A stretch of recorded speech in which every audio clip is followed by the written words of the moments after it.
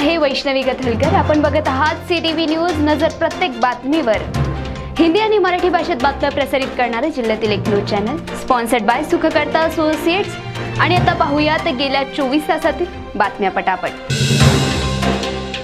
जिल्ह्यातील कारवाफा प्राथमिक आरोग्य केंद्रात कुटुंब नियोजन शस्त्रक्रियेनंतर आरोग्य विभागाच्या हलगर्जीपणामुळे साधना जराते वय वर्ष 23 या महिलेचा दुर्दैवी मृत्यू झाला होता। त्यांच्या पश्चात 2 लहान मुले पोरकी झाली। महिला सशक्तीकरणाचे मोठमोठे दावे करणारे सरकार आरोग्य सुविधा पुरवण्यात अपयशी ठरल्याचे चित्र असताना 9 जानेवारीला गडचिरोलीत कोट्यावधी खर्चून मोठा महिला सशक्तीकरण मेळावा घेण्यात येणार आहे। याकरिता जिल्ह्यात येणारे मुख्यमंत्री आणि 2 उपमुख्यमंत्री तरी साधनाला न्याय देणार काय, असा प्रश्न कुटुंबाने उपस्थित केला आहे। नागपूर जिल्ह्यात 24 तासात कोरोनाचे 9 नवीन रुग्ण आढळले असून एका रुग्णाचा उपचारादरम्यान मृत्यू झाला। कोरोनाच्या नवीन लाटेत प्रथमच मृत्यू नोंदवण्यात आल्याने आरोग्य विभागाचे धाबे दणाणले आहे। महापालिकेच्या आरोग्य विभागाच्या नोंदीनुसार दगावलेल्या 82 वर्षीय पुरुष हा मानकापूर परिसरातील होता। त्यांना हृदयविकाराचा त्रास होता। प्रकृती खालावल्याने 3 जानेवारीला मेयोत दाखल करण्यात आले। 4 जानेवारीला त्यांना कोरोना असल्याचे निदान झाले। शनिवारी त्यांचा मृत्यू झाला।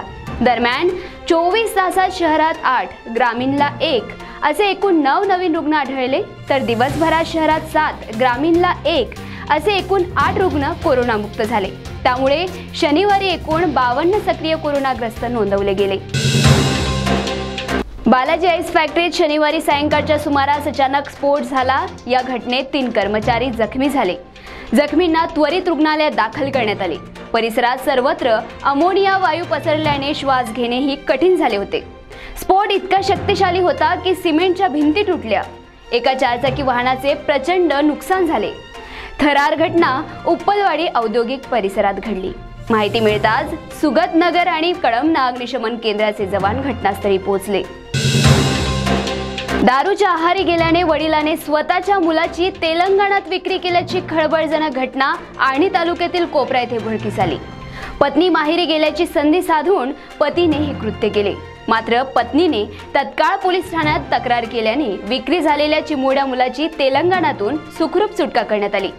हा आंतरराज्यीय मानवी तस्करीचा प्रकार असल्याचे पोलिसांनी सांगितले।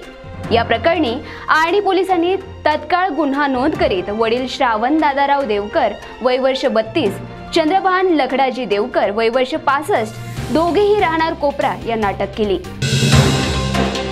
कोळसा, राख, विटा, वाळू तसेच गोड खनिजांची वाहतूक करणाऱ्या वाहनास ताडपत्रीने न झाकता वाहतूक केल्यास पहिला गुन्हा 10 दिवस परवाना निलंबन किंवा 10,000 रुपये दंड, दुसरा गुन्हा 20 दिवस परवाना निलंबन किंवा 20,000 रुपये दंड आणि तिसरा गुन्हा 50 दिवस परवाना निलंबन किंवा 50,000 रुपये दंड आकारला जाऊ शकतो।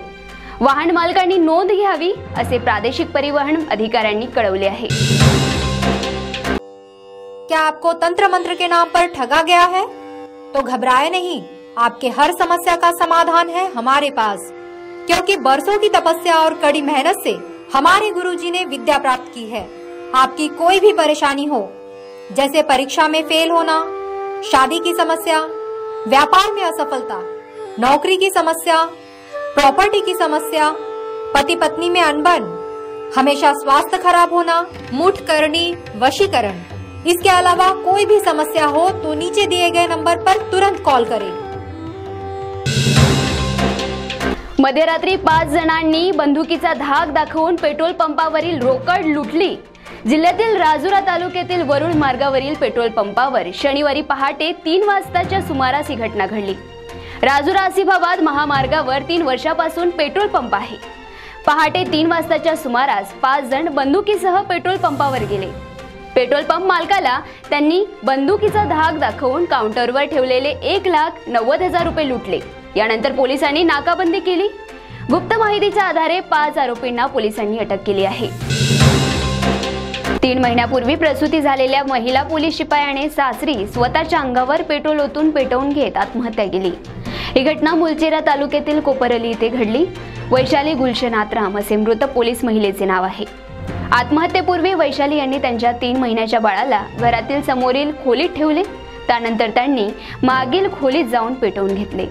गंभीररित्या भाजल्याने त्यांचा जागीच मृत्यू झाला। वैशाली आत्राम या अहेरी पोलीस ठाण्यात कार्यरत होत्या, तर त्यांचे पती सुद्धा अहेरी प्राणहिता पोलीस मुख्यालयात कार्यरत आहेत. आत्महत्येमागील कारण स्पष्ट झाले नाही. गोंदिया शहरातील कुडवा परिसरात 7 जानेवारीला पहाटेच्या सुमारास एका युवकाची उसनवारी पैशाच्या वादातून हत्या करण्यात आली. मनीष भालाधरे राहणार कुडवा असे मृतकाचे नाव आहे. सदर घटना गोंदिया ते धापेवाडा मार्ग परिसरातील आहे. मृतक व आरोपी यांच्यामध्ये उधारीच्या पैशावरून वाद असल्यामुळे यापूर्वीही अनेकदा वादविवाद होत होते. मात्र आज मध्यरात्री झालेला वाद इतका विकोपाला गेला की त्या वादाचे अंत हत्येमध्ये झाले. मध्यरात्री मृतक व आरोपी यांच्यात कडाक्याचे भांडण होऊन त्याला हत्येचे स्वरूप आले. या घटनेची माहिती मिळताच रामनगर पोलिसांनी घटनास्थळ गाठले. सदर प्रकरणातील आरोपीचा शोध केलाय. पुढील तपास सहाय्यक पोलीस निरीक्षक राजू बस्तवाडे यांच्या मार्गदर्शनात सुरू आहे.